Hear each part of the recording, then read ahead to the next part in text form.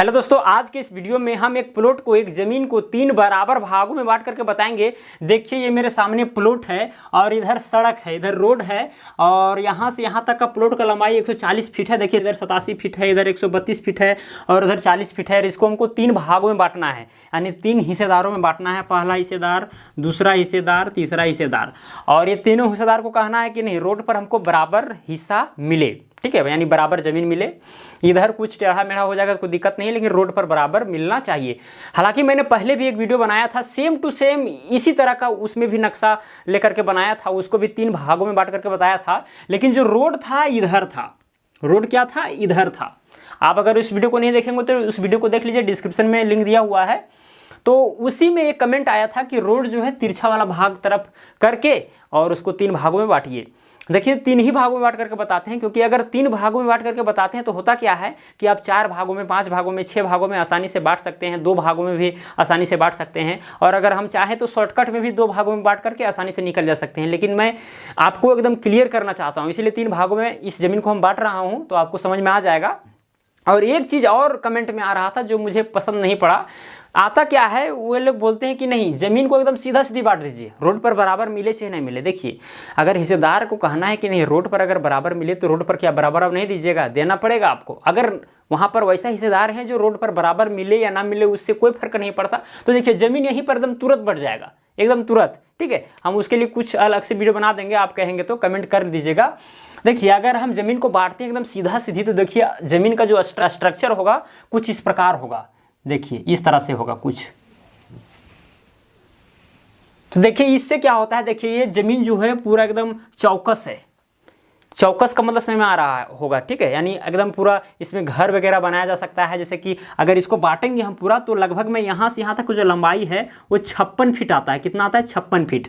और इधर 40 फीट है और इधर लगभग 60 फीट लगभग पकड़ता है। तो ये प्लॉट खैर अच्छा है, इसमें घर वगैरह बनाया जा सकता है। लेकिन जिसका भी इधर हिस्सा होगा, लंबाई तो बहुत ज़्यादा है लेकिन चौड़ाई कम है। इसका जो चौड़ाई है लगभग में 30-35 फीट आएगा। तो क्या इधर चौड़ाई इसका 30-35 फीट मिल रहा है, इसका 56 फीट मिल रहा है। इसका लंबाई चौड़ाई जो है एकदम बहुत अच्छा है। ये घर वगैरह बना सकता है, ये बना सकता है, ढंग से नहीं बना सकता है। 30 फीट ज़मीन है या 25 फीट ज़मीन, अगर चौड़ाई मिलेगा लंबाई कितना रहेगा, है कि नहीं। तो ये उचित बंटवारा नहीं हुआ, ये उचित नहीं हुआ, क्योंकि एक का अच्छा मिल रहा है, अच्छा खासा ज़मीन मिल रहा है, किसी को संकरा मिल रहा है, किसी को मतलब कि दोनों के बीच में मिल रहा है।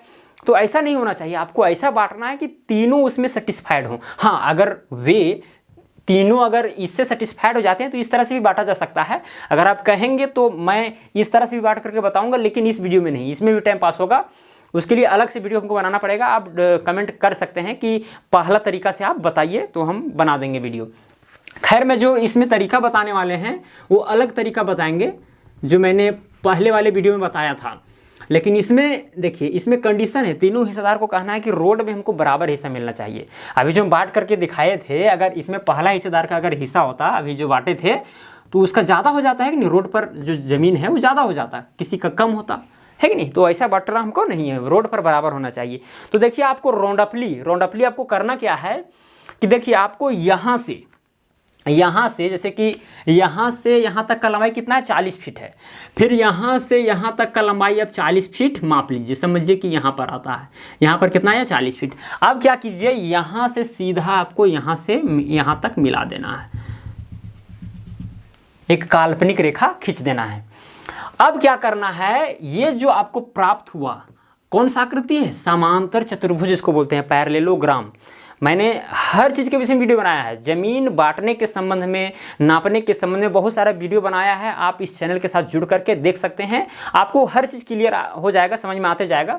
देखिए पैरेललोग्राम है, समांतर चतुर्भुज है। अब इसको 3 भागों में बांटना बहुत ही आसान है कि नहीं। 3 भागों में बांट दीजिए। जैसे कि यहाँ से यहाँ तक का लंबाई कितना है, 140 फीट है। आप 140 को क्या कीजिए, आप 3 से भाग दे दीजिए। 140 को क्या कीजिए, आप 3 से भाग दे दीजिए, जितना आएगा उतना कर फीट के हिस्सा होगा, है कि नहीं। काटिए, 3 चौके 12 और यहाँ बच गया 2, 3 छक 18, फिर 2, 3 छक 18, 3 छक 18, इस तरह करके आते जाएगा, यानी 46.66 फीट, यानी 46.5 फीट से हल्का सा ज़्यादा। तो क्या करना है, 46.5 फीट में आपको जाना है और यहाँ पर रेखांकित करना है कि कहाँ पर आता है। सपोज कीजिए कि यहाँ पर आया और फिर 46.5 फीट पर जाएंगे तो यहाँ पर आएगा। तो इस तरह करके फिर यहाँ से भी मापना है 46.5 फीट। भाई कहाँ पर आता है, समझिए यहाँ पर आता है, इसका यहाँ पर आता है। अब क्या करना है, उसको मिला देना है। मिलाने पर सपोज कीजिए कि हमको इस तरह से प्राप्त हो गया। तो जो रोड पर जो ज़मीन था तीनों को तो बराबर मिल गया। क्यों मिल गया, देखिए ये ज़मीन ये ज़मीन ये ज़मीन तीनों बराबर है कि नहीं। इधर हम बाद में बांटेंगे, पहले हम इसका चर्चा कर लेंगे क्योंकि रोड पर हमको बराबर रूप से देना है। तो देखिए यहाँ से यहाँ तक का लंबाई 46.5 फीट से ज़्यादा है, इसका भी 46.5 फीट से ज़्यादा होगा, इसका भी 46.5 फीट से ज़्यादा होगा। तो तीनों हिस्सेदार को यहाँ पर ज़मीन लेने में कोई भी असुविधा नहीं होगी। अभी असुविधा थोड़ा सा होगी क्योंकि ये ज़मीन का तो बंटवारा भी नहीं हुआ है, इसका थोड़ा अलग से प्रोसेस करेंगे, ठीक है। इसको आप जरूर समझिएगा, ध्यान से देखिएगा, नहीं तो फिर गड़बड़ा जाइएगा, नहीं समझ में आएगा, है कि नहीं। तो देखिए इसको किस तरह से बांटेंगे। कुल मिलाकर के ये रोड वाला ज़मीन था वो बट गया आसानी से, एकदम बांट दिए।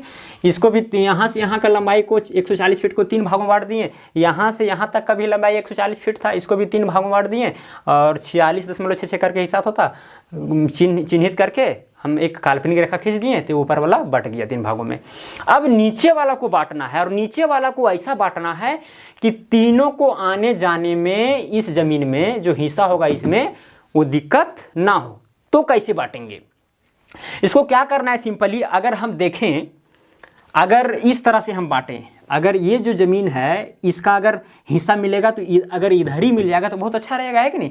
तो लगभग में इधर आता है, कहाँ आता है, यहाँ आता है, यहाँ आता है। तो ये ज़मीन जिसको हिस्सा होगा वो अगर इधर वाला ये ज़मीन जो हिस्सा हो जाएगा तो फिर एकदम ईजी हो जाएगा इस प्लॉट का, मतलब जिसका भी हिस्सा मिलेगा बहुत ही अच्छा रहेगा, है कि नहीं।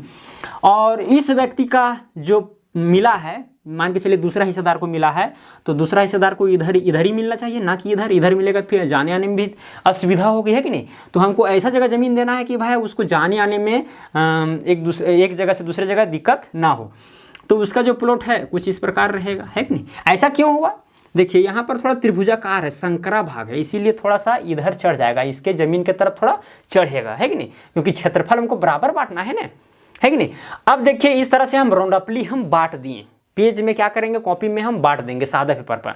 अब हमको यहाँ पर कैलकुलेशन करना है, ऊपर वाला तो बट गया है, अब नीचे वाला को हमको बांटना है, नीचे वाला को ध्यान दीजिए।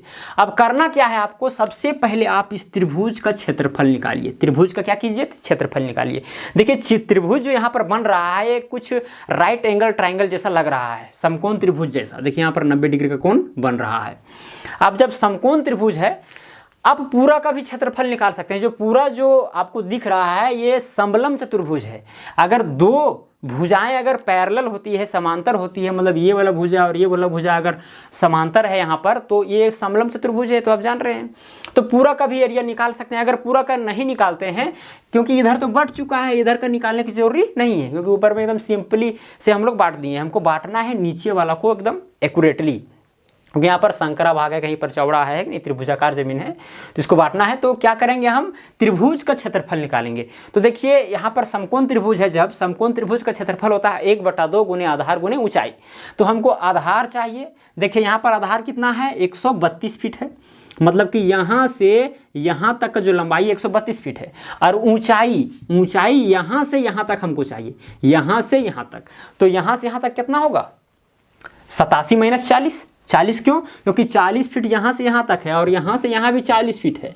तो यहाँ से यहाँ तक कितना होगा, 47 फीट होगा। तभी ना यहाँ से यहाँ तक कुल मिलाकर के 87 फीट हुआ है कि नहीं। तो देखिए इस त्रिभुज का, ये त्रिभुज आपको दिख रहा है, उसका आधार हो गया 132 फीट और यहाँ से यहाँ तक जो ऊंचाई है उसका कितना हो गया, 47 फीट। इसको भी आप ऊंचाई मान सकते हैं, इसको आधार मान सकते हैं, किसी को मान सकते हैं, आप जानते होंगे, खैर भली बात ही। देखिए आप क्या करेंगे, त्रिभुज का क्षेत्रफल निकालेंगे, त्रिभुज का क्षेत्रफल।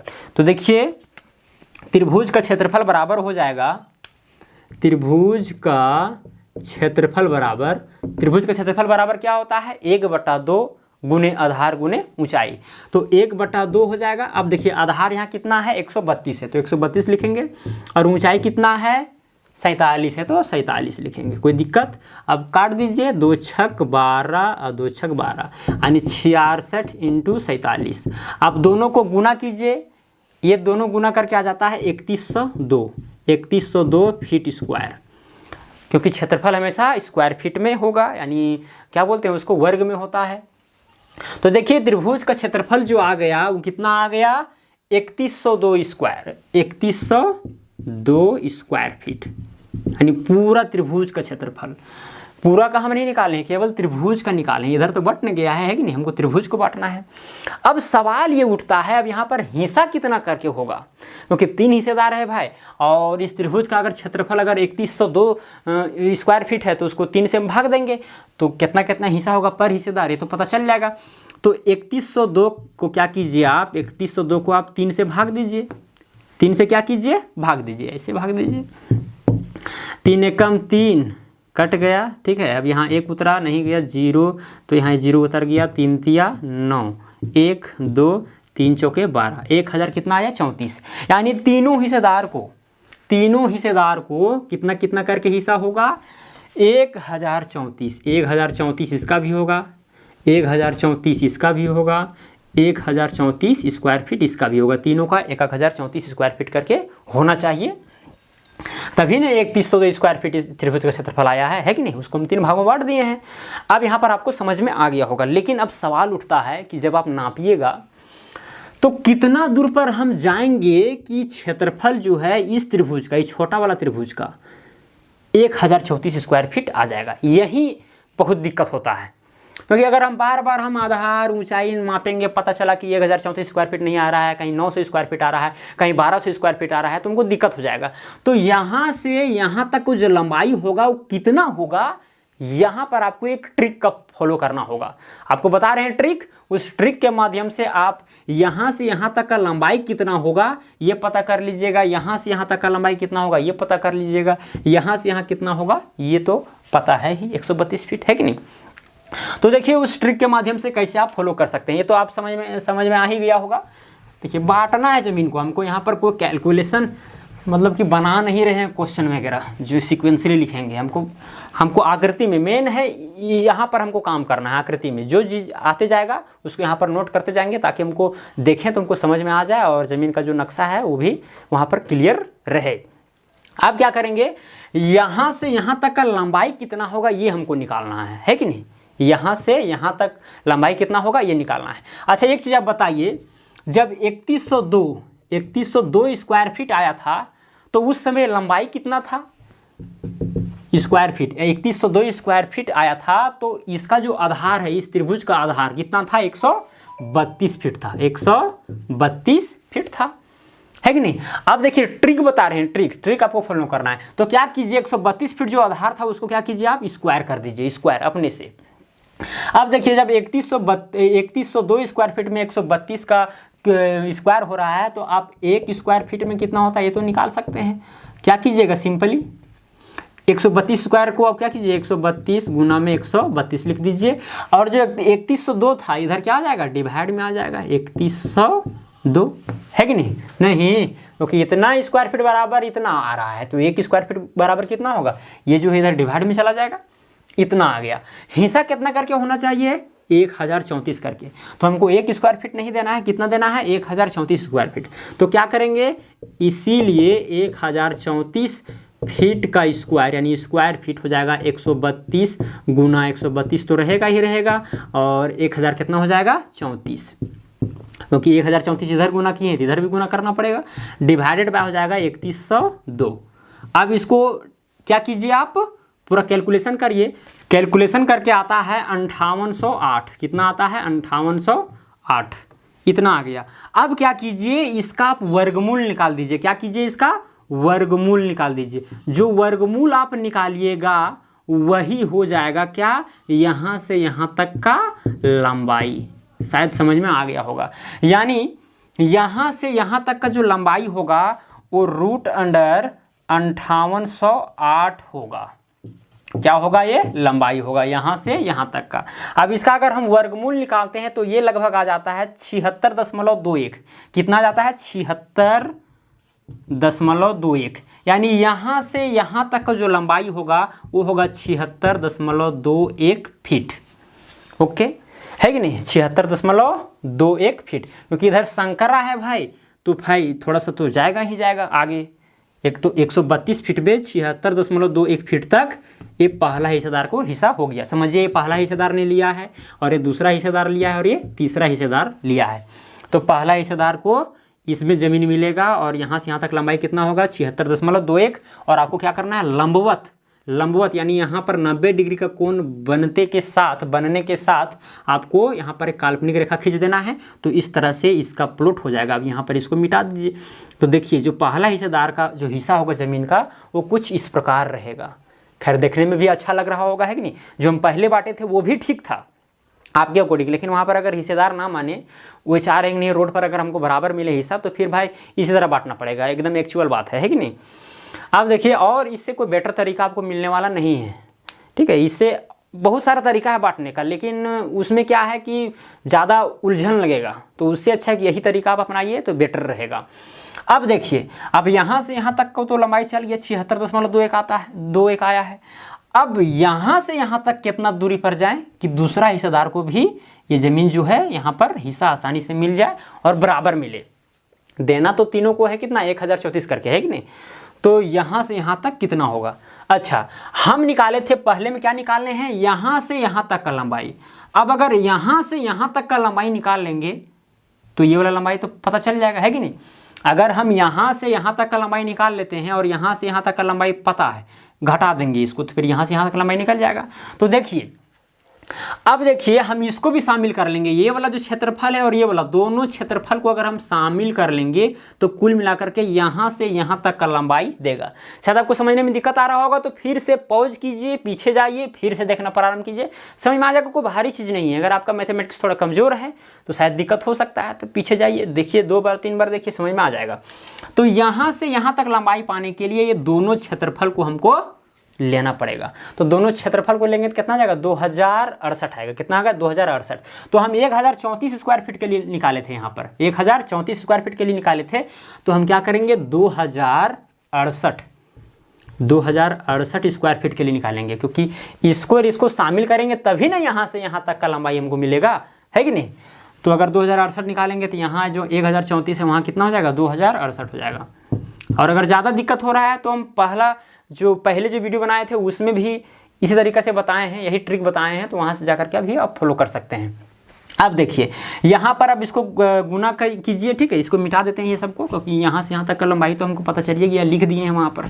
कैलकुलेशन करते चलना है, इधर मिटाइएगा तो कोई दिक्कत नहीं है, लेकिन आपको वहाँ पर जो आकृति है उसमें आपको लिखते चलना है। देखिए यहाँ पर अगर गुना भाग कीजिएगा तो ये आ जाता है 11,616। कितना आता है 11,616 इतना आ गया। अब इसका क्या कीजिए, आप वर्गमूल निकाल दीजिए। जो वर्गमूल निकालिएगा वो यहाँ से यहाँ तक का दूरी देगा, है कि नहीं। तो इसका हम वर्गमूल अगर निकालते हैं, या आगे प्रोसेस हो गया, इधर छोड़ दीजिए, इधर आप भूल जाइए। अब इसका वर्गमूल निकालने पर आ जाता है तो 7.77 इतना आ गया। यानी यहाँ से यहाँ तक का जो लंबाई होगा 107.77 फीट होगा, यहाँ से यहाँ तक। लेकिन हमको यहाँ से यहाँ तक चाहिए, तो क्या करेंगे 107.77 से 76.2 को क्या करेंगे घटा देंगे।